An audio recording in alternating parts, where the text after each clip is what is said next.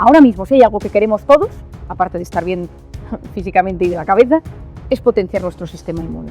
Todos nosotros hemos vivido una situación donde hemos tenido miedo a lo incontrolable.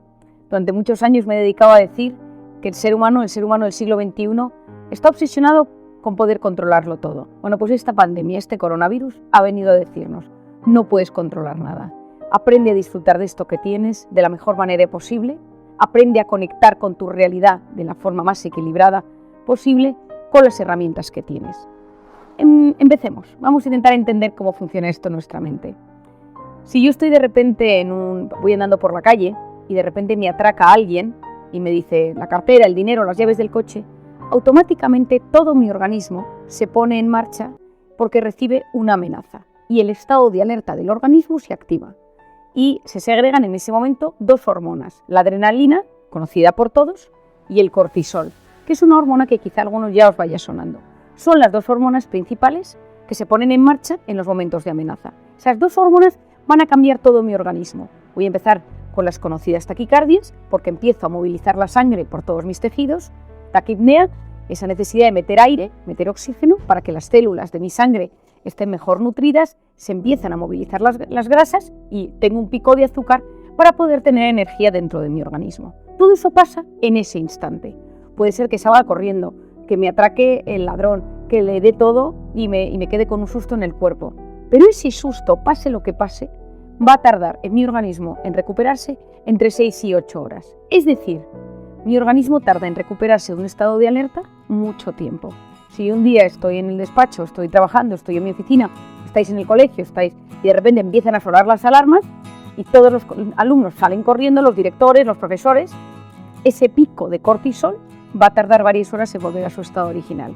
Pero si de repente todos esos niños están saliendo del colegio y de las aulas y uno de los profesores dice, ¡ay, pero si es una falsa alarma, aquí no está pasando nada!, solo por haber empezado y activado el sistema de alerta, ese cortisol se va a mantener en nuestra sangre durante varias horas. ¿Por qué es esto tan importante? Imaginémonos que ese día que nos atracaron íbamos caminando por las calles de París y uno debe volver a París un mes más tarde y tiene que volver a pasar por esa calle donde sufrió el atraco. Solo con empezar a caminar en esa calle va a empezar a sentir un cierto miedo, un cierto temor, es decir, su organismo se va a activar en modo alerta como el día que fue atracado. Y aquí viene la primera idea fundamental que quiero transmitiros hoy. Mi mente y mi cuerpo no distinguen una amenaza real de una amenaza imaginaria. Ante algo físico real que me sucede o algo imaginario, se activan los mismos mecanismos de alerta y de alarma en mi cuerpo. Y aquí viene la segunda idea clave. A pesar de las circunstancias adversas, hay estudios que afirman que el 90% de las cosas que nos preocupan nunca, jamás suceden, pero nuestra mente y nuestro cuerpo lo viven como si fuera real. Es decir, si tú un día te vas a encontrar con alguien con quien siempre tienes una discusión acalorada, puede ser que solo con pensar en esa persona ya te pongas en tensión. No la tienes delante, pero te ha subido el cortisol. Esto es absolutamente fundamental. ¿Por qué? Porque el cortisol es una hormona cíclica. Por las noches es baja, a lo largo de la noche sube hasta las 8 de la mañana, que tiene su pico más alto, y luego vuelve a bajar. Es fundamental que sea así para que las hormonas de mi cuerpo funcionen de forma correcta, para que mi sistema de fertilidad, mi aparato digestivo, mi sistema neuronal, mi intestino, mis articulaciones, mi sistema inmune, que todo funciona como uno, funcione de forma adecuada. Y de esto depende el cortisol. El cortisol es básico. Pero ¿qué pasa si yo vivo constantemente preocupado por algo, real o imaginario? Todas esas cosas activan mi estado de alerta. Y eso lo que produce es una segregación constante de cortisol en el torrente sanguíneo. Es lo que yo denomino la intoxicación de cortisol. Es decir, todo mi aparato circulatorio se llena de esta hormona tan interesante y tan apasionante que es el cortisol. Y esa intoxicación de cortisol va a tener cambios a 3 niveles en mi organismo, en mi mente y en mi comportamiento. En mi cuerpo se me empieza a caer el pelo, empiezo a tener cambios en la piel. ¿Por qué? Porque cuando mi organismo está en estado de alerta, en estado de miedo, en estado de amenaza, lo que hace es utilizar sus recursos para hacer frente a ese desafío. El pelo es terciario si estoy en guerra, la piel es terciaria si estoy en guerra. Es decir, mi organismo no va a cuidar de mi pelo e inhibe el correcto funcionamiento del folículo piloso, que es aquel que regenera el pelo y que es fundamental para que yo, por ejemplo, pueda tener un pelo saludable. Es un momento, seguro que a alguno le ha pasado alguna vez, que en momentos de mucho estrés tiene alopecia areata, es decir, trozos de la cabeza o trozos del cuerpo donde no tiene pelo. Pues a nivel físico tenemos pérdida de pelo, tenemos problemas en la piel, a veces puede ser que tiemble el párpado, que se duerman las manos o alguna parte de la cara o de las piernas, sensación de opresión en el pecho, cambios gastrointestinales, ahora entraré en ellos, dolores en las articulaciones. ¿Por qué? Porque yo tengo mi organismo en tensión, a punto de salir corriendo porque están a punto de hacerme algo de daño. Pero recordemos que el 90% está en mi cabeza y no está pasando en la vida real. Es decir, hay un cambio brutal en mi organismo con un factor fundamental. El cortisol, los corticoides, los corticosteroides, todo ello son potentes antiinflamatorios. Pero cuando mi organismo está constantemente estimulando el cortisol, hay como un desgaste. Es un tema bastante complejo, pero de forma sencilla es como que se produce una desconexión entre el sistema inmune, el cortisol y la inflamación de mi cuerpo. ¿Y qué es lo que pasa? Que empiezo a inflamarme. Artritis, gastroenteritis, amigdalitis, dermatitis, todo lo terminado en itis es una inflamación. Es decir, estados de estrés mantenidos, reales o imaginarios, producen un cambio en mi organismo y me inflaman. Si yo me voy al aparato intestinal, ¿qué sucede en el aparato intestinal? El aparato intestinal tiene la pared del tubo, dentro hay vellosidades, la microbiota, pero cuando yo estoy en un estado de estrés, ¿qué no le ha pasado? Que de repente tiene una diarrea, un cuadro de estreñimiento, empieza el cortisol a modificar la microbiota. La microbiota son las bacterias, el conjunto de microorganismos buenos y malos que poblan todo el tema del aparato intestinal. Si se modifican, la digestión será peor, habrá fermentación, la fermentación genera gases, esos hinchazones abdominales, y a veces esto llega a generar unas erosiones en la pared o úlceras en la pared del intestino, y eso lo que lleva es pues, a una colitis, inflamación del colon, ulcerosa. ¿Por qué es esto tan importante? Porque a través de esas heridas del aparato intestinal pasan sustancias al torrente sanguíneo que no deberían pasar, deberían irse por las heces y que son la causa, que hoy en día ya se sabe, de enfermedades neurodegenerativas, de algunas enfermedades graves, de algunas demencias. Es decir, para que veáis, ese pensamiento influye en mi organismo, influye en mi sistema inmune, en este caso influye en mi aparato digestivo, porque el cuerpo es un todo y no podemos separar la psique del organismo. A nivel psicológico, lo primero que me sucede es que estoy irritable, todo me pone de los nervios, salto, cojo manía a las personas, estoy en un estado de alerta con respecto a los demás. Tengo fallos de concentración. Esto me interesa muchísimo, ya que vosotros estáis todos metidos en el mundo de la docencia, que lo entendáis bien.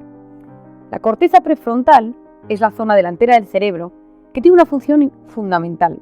Se encarga de la atención, de la concentración, de la resolución de problemas y del control de impulsos. Es una zona que nos hace, ¿cómo diríamos?, seres superiores. El que tiene bien controlada su corteza prefrontal es más libre, porque puede tomar decisiones de la mejor manera posible. Ve un tema, ve un reto, lo analiza, controla su impulso, mide sus emociones, las gestiona, las planifica y actúa en consecuencia. ¿Qué pasa con la corteza prefrontal? Esto es importantísimo para vosotros. Cuando un bebé nace, es profundamente inmadura y la madurez del cerebro va de atrás hacia adelante. En las niñas madura antes que en los chicos, como todos vosotros habréis podido observar en vuestras aulas. ¿Qué sucede? Que esa corteza prefrontal es básica para la atención, es básica para concentrarme, es básica para muchísimos aspectos de la vida.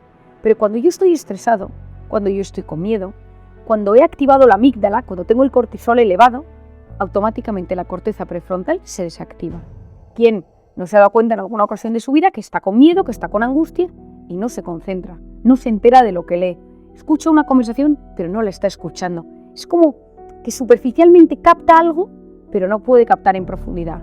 Porque cuando esa corteza prefrontal se desactiva y deja de funcionar, el cerebro no se entera de las cosas. Esa intoxicación de cortisol es básica, porque uno de los grandes problemas que yo estoy observando como secuelas del COVID es fallos de atención, fallos de concentración, a gente le cuesta muchísimo reflexionar, profundizar en los temas. Hay como, esto es propio de los estados de miedo y muchas personas puede ser que a vosotros mismos os haya sucedido. ¿Qué más sucede? Problemas de irritabilidad, problemas de concentración, problemas de memoria. Si a alguno le pasa, quiero que entienda por qué le está sucediendo esto. El hipocampo es una zona del cerebro que se encarga de guardar los recuerdos sobre todo del corto plazo, con un gran componente emocional. Está rodeado, es muy sensible al cortisol. Si uno está, pienso en un examen, y está muy agobiado por el examen y tiene tal tensión por el examen, que puede ser que se sepa la materia, pero en el momento que tiene que redactarla se bloquea. Y ese famoso se quedó en blanco, no sé si se dice así en Latinoamérica, pero en España se dice se quedó en blanco, es decir, ya no se lo sabe, no es capaz de redactar nada. Esto significa que en ese momento el hipocampo se ha bloqueado por un exceso de cortisol. Bueno, pues uno de los temas que tiene vivir en un estado de miedo durante meses es que nuestro hipocampo está más dañado y por lo tanto están existiendo problemas de muchas personas que dicen, ayer justo comía con un buen amigo mexicano que me decía, Marian, he perdido la memoria, o sea, no me acuerdo de cosas básicas y de repente estoy con alguien y digo, ¿cómo se llamaba su esposo? ¿O cómo se llamaba su hijo? ¿O en qué trabajaba? Esto es algo, no digo que bueno, pero cuando uno lo entiende, uno se siente aliviado. Yo tengo un lema que repito muchísimas veces que es, comprender es aliviar. Cuando uno se comprende, se siente aliviado. Cuando uno no comprende cómo funciona su organismo, va en la carrera, van sucediendo cosas y son las circunstancias las que nos dominan y nosotros no somos los que tomamos las riendas de nuestra vida. Por eso yo insisto muchísimo en entender cómo funcionamos. Por lo tanto, a nivel físico, que ya lo hemos dicho, a nivel psicológico, irritabilidad, fallos de memoria, fallos de concentración y tristeza. Muchas, y esta es una cosa súper importante, muchas depresiones provienen de estados de alerta permanentes. Muchas tristezas patológicas provienen de vivir en un estado de amenaza, en un estado de preocupación constante a lo largo de mucho tiempo. Hay veces que esto es fisiológico, es decir, imaginémonos que, como estamos hablando a colegios, uno dice, voy a montar un nuevo colegio en Colombia, por ejemplo, y lo monta, lo construye, lo consigue, alcanza a tener la financiación para pagar todo y de repente, por fin lo abre. Cuando han pasado 2 semanas de la apertura del colegio, el que lo ha montado, el que lo ha dirigido, dice, estoy agotado, estoy triste, no me ilusiona mi trabajo, pero que después de todo lo que he luchado por conseguir esto, ¿cómo es posible que yo no lo esté disfrutando? Bueno, estado de estrés mantenido, ha llegado a tu cerebro y de repente dice, apatía. Esto no es preocupante en el sentido que es fisiológico, pero si se mantiene en el tiempo, si uno nota que los pensamientos son intrusivos, muy negativos, muy obsesivos, los pensamientos son a veces incluso de ideas de hacerse daño, y esto lo digo porque hay veces que a la gente le cuesta reconocerlo. Ahí hay que pedir ayuda. Es decir, hay una parte que es normal, cuando uno lucha contra algo o por algo durante mucho tiempo, eso te agota, te afecta, pero si esto ves que ya te hace tener unos pensamientos muy negativos que te perjudican en tu día a día, es buen momento de pedir ayuda. Y finalmente, a nivel del comportamiento, un estado de estrés mantenido genera aislamiento, uno no quiere ver a la gente, le cuesta disfrutar. Yo había oído hablar de la oxitocina como médico, que era la hormona del parto y de la lactancia, y hasta ahí quedaban mis conocimientos, hasta hace unos años. Sabía que era una hormona que se estaba estudiando para otros aspectos, pero ahí me quedé. Había dado a luz a mi tercer hijo y le estaba yo criando, y esa tarde le había dejado de dar de comer y me fui a un congreso de un fármaco nuevo de psiquiatría que presentaban en Madrid. Agarré el coche, me fui al centro de Madrid, a un sitio donde hay un parking horrible, donde uno tiene que ir al subterráneo, cuesta mucho aparcar y no es mi aparcamiento preferido de Madrid. Subí corriendo al hotel, presentaron el fármaco y la persona que estaba cuidando de mi bebé me dijo, vete viniendo porque era muy glotón, porque le toca comer. Y entonces bajé de vuelta al aparcamiento y cuando me estaba acercando a mi coche, un chico con una pinta regular me dijo, dame las llaves, y me empezó a gritar, llamó a otro tipo, y yo tengo un coche pequeñito, un coche rojo pequeñito que tiene muchísimos años, pero al lado había un coche espectacular y yo creo que debió pensar, me había puesto unos tacones, iba con un abrigo bonito, yo creo que debió pensar que yo era la dueña de ese coche. Le dije, no, ese no es mi coche. Y entonces vino hacia mí y yo en ese momento supe que me estaba subiendo el cortisol, que la taquipnea, que la taquicardia. Yo era plenamente consciente del cambio en mi organismo, pero tenía un miedo horrible. Me subí al coche, a mi pequeño cochecito, arranqué, un tío en moto me empezó a seguir, esto parece como de película, y cuando salía yo por el parking, llena de miedo, llamé a mi marido corriendo y le dije, me han atracado, pero no podía ni respirar ni hablar, y mi marido me preguntaba, ¿pero estás bien? ¿Pero te ha pasado algo? Y yo no me había pasado nada, pero tenía un miedo en el cuerpo horrible. Y fui corriendo por la calle hasta mi casa y subí, y la cuidadora de mi bebé me tenía el bebé en brazos para que le diera de comer, y yo estaba con el corazón sin poder respirar, con una angustia vital. Agarré a mi bebé, me lo puse y me se puso a comer. Y al minuto entró mi marido en el cuarto corriendo y me dijo, ¿qué ha pasado? Explícame, ¿cómo estás? Y yo empecé, te lo voy a explicar. Estaba yo en el parking hace unos minutos, entonces me mira mi marido y me dice, ¿qué te has tomado? ¿Te has tomado algo?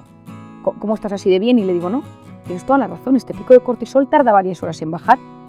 Le digo, no he hecho nada, no he respirado, no he tomado nada, no he hecho ninguna técnica de meditación, esto ha sido hace 15 minutos. Entonces me quedé mirando al bebé y dije, ¿y si la oxitocina de la lactancia bajara el cortisol? Y que en cuanto terminó de comer el pequeño, me metí en internet, me metí en una página que tengo de temas científicos y empecé a observar que había muchísimos estudios sobre la oxitocina y el cortisol. Y estos 2 años me he dedicado a investigar la oxitocina. ¿Por qué? Porque todos nosotros, muchos de nosotros, hemos tenido situaciones en las que hemos estado intoxicados de cortisol.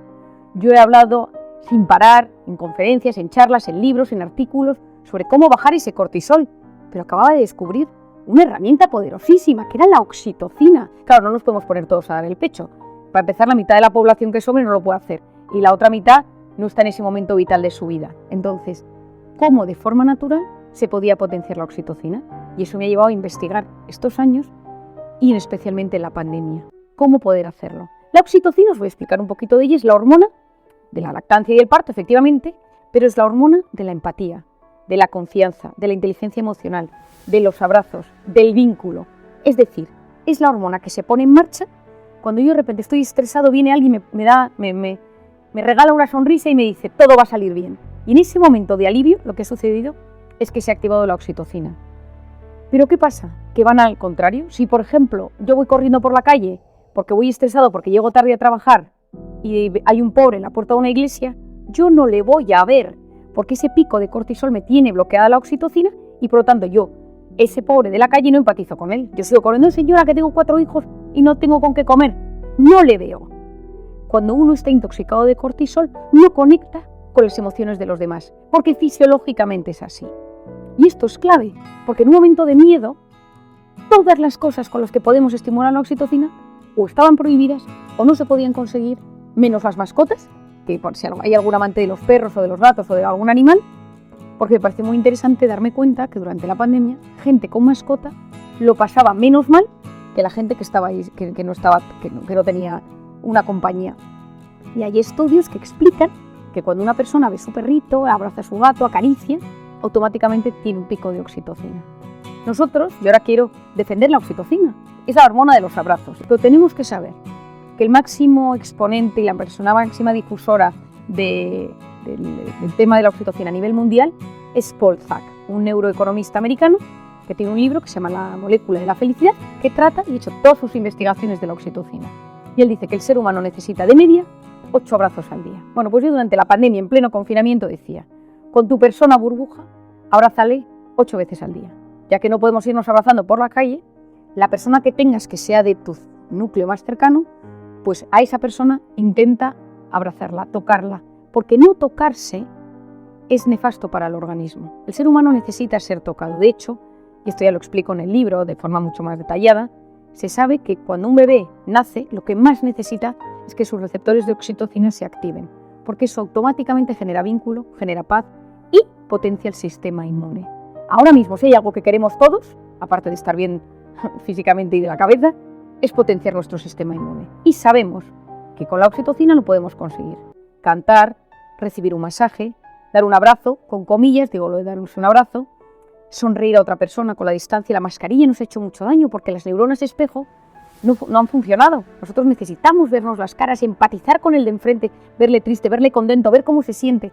Ahora en los sitios, en los países donde podáis, que la gente sonría, porque eso generalmente cambia el organismo, modifica el riego de sangre en la corteza prefrontal, que ya os he dicho que es básica para nuestro organismo.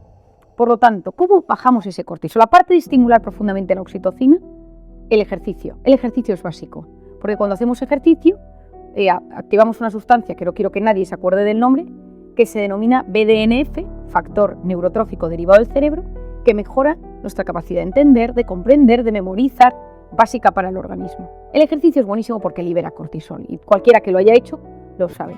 La segunda es la voz interior, es decir, que nuestra voz interior sirva para apoyarnos y no para hundirnos. Cuidado con el autoboicot que nos lleva a fracasar antes de haber empezado algo. todos nosotros tenemos una voz que va comentando la jugada. Has engordado, tu jefe no te hace caso, tu suegra está insoportable, tu hijo es un lento, es un pesado, tú eres culpable, no lo vas a conseguir. Esa voz tiene un impacto directo en nuestras células, en nuestro sistema inmune y en nuestros genes en tiempo real. Muchas veces, esto lo explico con mucho detalle en el libro, pero esto muchas veces cuesta desactivarlo. En mi primer libro yo hablaba mucho de que esa voz interior hay que educarla, pero mucha gente me decía, ¿de dónde viene esa voz? En el segundo libro busqué la respuesta que más me convencía a ello y diseñé un algoritmo, un dibujo que se llama la grabadora. Y es como nuestra infancia y nuestros recuerdos han tenido un impacto brutal en la voz interior en la edad adulta y cómo identificarlo y cómo hacer frente a ello. Lo tercero es rodearnos de personas vitamina. Las personas vitamina son aquellas personas con las que estás 5 o 10 minutos y automáticamente potencian tu sistema inmune. La persona vitamina es aquella con la que estás un rato y mejoras. Da igual que haga un año que no la ves que 10 minutos. Y las personas tóxicas son aquellas que nos intoxican de cortisol. Nadie es tóxico de por sí, pero hay personas que nos producen una subida de cortisol y nos intoxican de esa hormona y nos enferman. Por eso, y esto también lo explico con mucho detalle en este libro, por eso es tan importante gestionar a las personas tóxicas. Muchos se han visto confinados, se han visto encerrados en un ambiente donde había personas con las que no se sabían llevar bien, con las que no había un trato saludable, con las que no había pues un padre, una madre, un matrimonio que no funciona, una pareja, un hijo que es muy conflictivo. Tener esa persona dentro de casa ha aumentado los niveles de cortisol, por tanto inflamación, sistema inmune, enfermedades, cansancio crónico, y eso es clave. La cuarta es todo el concepto de la meditación o del mindfulness o de la oración. Yo siempre doy las 3 opciones porque cada uno según sus creencias o según su forma de ser le puede ser más útil uno u otro. ¿A qué me refiero? El mindfulness es la atención plena en el momento presente con técnicas de respiración. La meditación está más enfocada según cómo cada cual lo puede hacer. La oración es las personas que tienen una creencia sobre un ser superior. Y cualquiera de estas 3 bien enfocadas son muy útiles y muy saludables para el organismo. Yo me acuerdo hace unos años trabajando en un hospital en Londres que le pregunté al jefe, al que más sabía de temas de mindfulness, y me dijo, todo funciona siempre y cuando haya 2 actitudes, aceptación y abandono.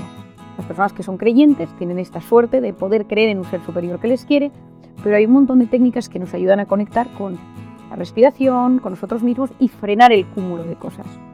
Hay que tener cuidado, yo suelo recomendar sobre todo mindfulness, meditación o oración para lo que lo necesite. Hay otras técnicas que no me convencen tanto porque he visto a veces efectos perjudiciales en las personas. Y para mí lo más importante es que el ser humano aprenda a salir de su estado de alerta y entre en su estado de recuperación. Esto en medicina, en psiquiatría, en psicología, en medicina interna, en fisiología, en biología se denomina sistema nervioso simpático, cortisol, estado de alerta, sistema nervioso parasimpático.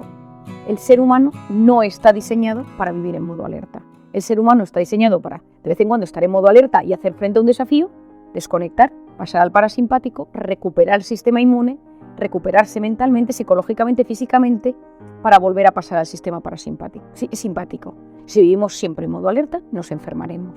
Siempre, siempre, porque nuestro cuerpo, nuestro organismo y nuestra mente no aguantan vivir en guerra, vivir en batalla real o imaginaria constantemente. Y finalmente la alimentación. La alimentación es muy útil. Las dietas hoy en día son múltiples y hay miles de teorías. Hay dietas antiinflamatorias que son muy poderosas para estos casos. Yo, en personas que han pasado situaciones de mucho estrés, que han atravesado el COVID, que se notan hinchadas, inflamadas, yo les recomiendo dietas antiinflamatorias y soy una fiel defensora, y esto lo sabe mucha gente, del omega 3 y de los probióticos. El omega 3 desinflama, potencia la red neuronal, mejora las arterias, y por el otro lado los probióticos, tomados en el momento adecuado y los que son correctos, nos regulan nuestro aparato intestinal. Por lo tanto, si hacemos un pequeño resumen, nos damos cuenta que cada cosa que nos sucede va teniendo un impacto a nivel físico y a nivel psicológico. Es decir, todo lo que nos sucede nos afecta de alguna manera. Y lo importante es que seamos conscientes de ello. ¿Cómo me ha afectado la pandemia? ¿Soy mejor o soy peor persona? ¿Cómo han afectado esto a mis relaciones sociales? ¿Ha cambiado alguna de las ideas más importantes que yo tenía sobre la vida, sobre la muerte, sobre la enfermedad, sobre el esfuerzo, sobre el disfrute? Me encanta filosofear con mis pacientes sobre la evolución de sus pensamientos a lo largo de este año. ser conscientes de cómo estamos, si estamos tristes, si estamos contentos, si estamos agotados. Casi todos, no conozco a casi nadie que no necesite unas vacaciones, yo la primera, y que si uno puede descansar y desconectar unos días más o menos largos, esto es fundamental para el organismo porque esto no ha terminado. Es decir, hay variantes, la vacuna funciona casi siempre, pero estamos viendo casos en los que es refractaria. Tengamos cuidado y aprendamos a cuidar nuestra mente para que esto no nos juegue una mala pasada a nivel psicológico. Ser prudentes, saber quiénes son mis personas vitaminas, saber cuándo me estoy quemando, saber cuándo estoy a punto de romperme, saber cuándo mi organismo me está hablando y me dice, cuidado, te estás yendo demasiado al límite, porque nos cuesta escuchar a nuestro organismo y cuando lo escuchamos es porque ya nos hemos roto. Y el organismo nos va mandando señales a lo largo de nuestra vida para avisarnos de que las cosas no van bien. Y finalmente, una última idea. Vosotros estáis en el ámbito educativo y habéis tenido un reto terrible, que es las clases online. Es decir, muchos seguro que me habréis escuchado porque yo soy una fiel defensora del mundo offline para estar bien preparados en el mundo online. Estoy convencido que los países que empiecen a incorporar a sus alumnos a las aulas notarán un cambio en la capacidad de estos niños, de jóvenes, adolescentes, de prestar atención. Observaréis que a veces falta motivación, que están dispersos, porque esa corteza prefrontal con tanta pantalla pues ha tenido sus consecuencias. Paciencia, iremos dando poco a poco tips para que esto ayude. Esto es como, yo a veces lo llamo el detox del online. En muchos sitios, en España sobre todo, se ha recomendado este verano desconectar, la menos pantalla posible. Porque cuando uno sabe conectar bien con la vida real, sabe gestionar bien su mundo online. ¿Qué sucede? ¿Qué es lo que nos llega a través de la pantalla? Nos llegan alertas. Y esas alertas activan todo nuestro sistema y nos ponen, me querrán, me habrán puesto un like, me contestarán, habrá pasado algo en el mundo y eso nos impide desconectar y estar tranquilos. Por eso, que sea yo quien domine el dispositivo y no el dispositivo a mí. Cuando sea estrictamente necesario, me meto y lo hago. Una cosa a la vez. No existe la multitarea, está más que demostrado que es una alternancia continuada de la atención, cambio de foco de atención de uno a otro. Por lo tanto, lo que hago, lo hago y cuando desconecto, pongo modo avión o cuando estoy con un ser querido, el teléfono en el bolso, en el bolsillo, en la mochila, en la habitación, porque no hay nada que valoremos más en esta vida que nos presten atención con todos los sentidos. Y la pantalla ha hecho que hoy en día tú estás en Zoom, pero estás haciendo 4 cosas a la vez, no estás pendiente, estás con alguien y cuando por fin tienes a alguien de cuerpo real, estás en el teléfono con alguien que está conectado.